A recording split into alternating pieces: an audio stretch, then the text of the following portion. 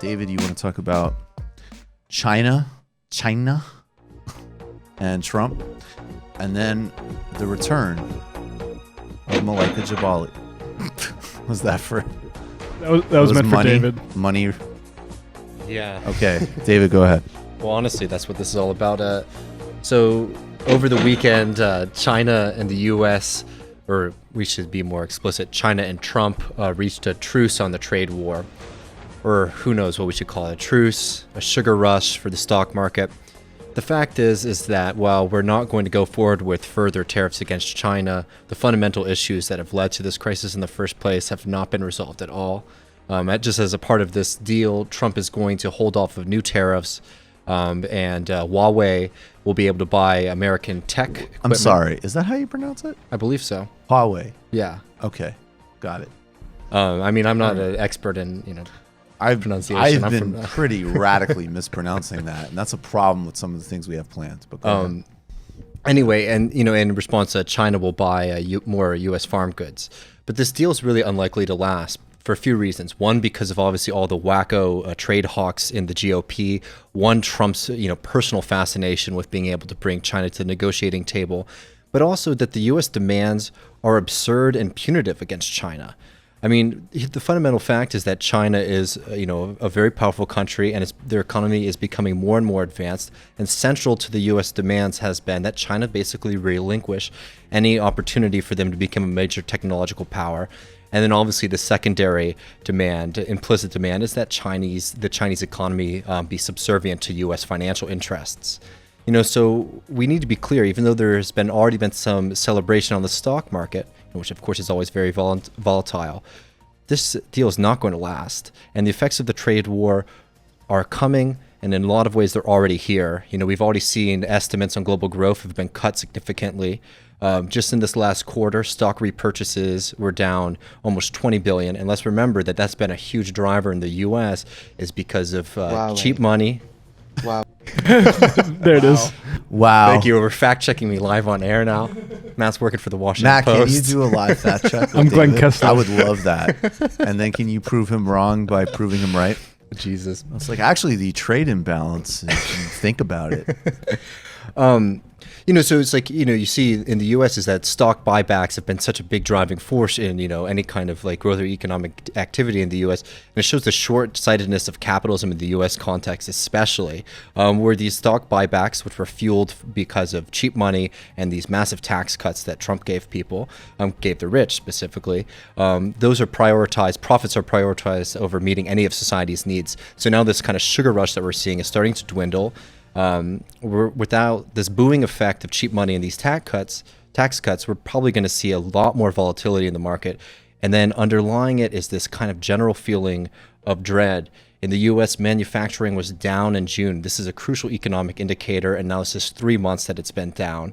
We just said that stock buybacks have been going back, which is, stock buybacks aren't a good thing, but it's showing that people are becoming a little bit more careful about how they're spending their money.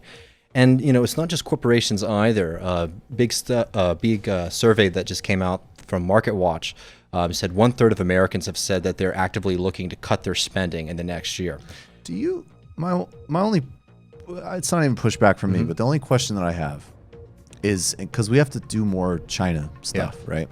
So one part is to just say, look, it's ridiculous that we even talk about the Chinese-U.S. relationship primarily through this lens. And it obviously, this whole G2 thing does not work for most workers in both countries. And obviously the imperial ambitions of the United States and China as it develops are not really synchronized with the needs of most of the world either, obviously. So we can have this kind of broader bottom-up peer-to-peer critique. But in China's case, I mean, one, they're never entirely no, they're not a country like so much of the world, the IMF and the World Bank, can just dominate and bully on behalf of U.S. corporations because they're too big for that. So part of the reason they have good growth is because they have protected their industries.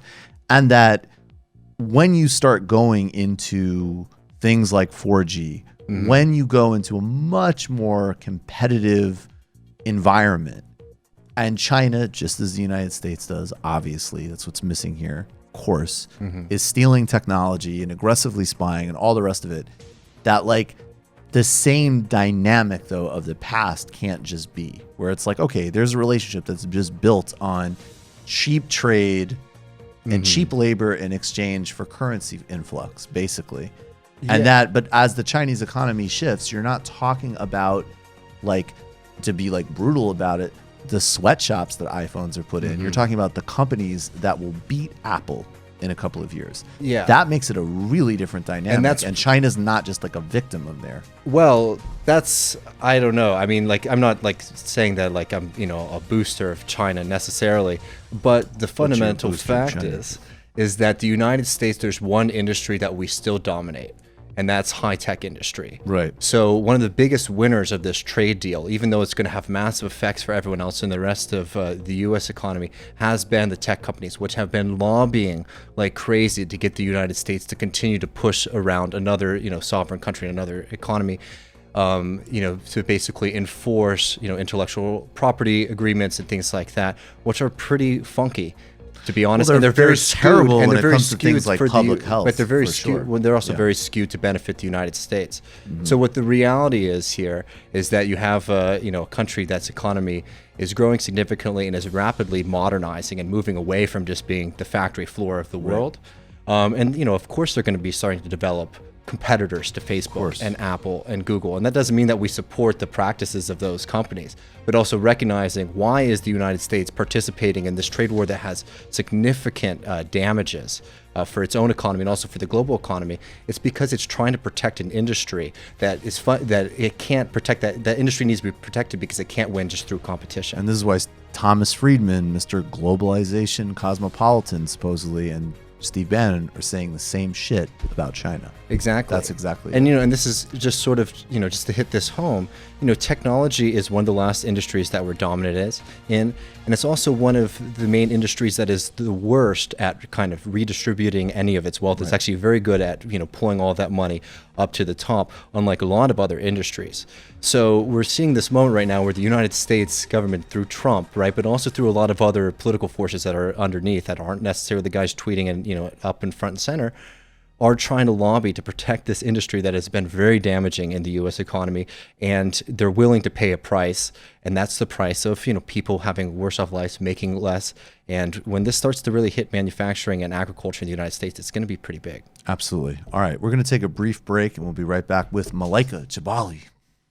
You've just watched a Michael Brooks show video, and you can watch all of our full main live shows every Tuesday night at around 7 p.m. Eastern Time, and subscribe to get all of the clips you want. We're covering the globe.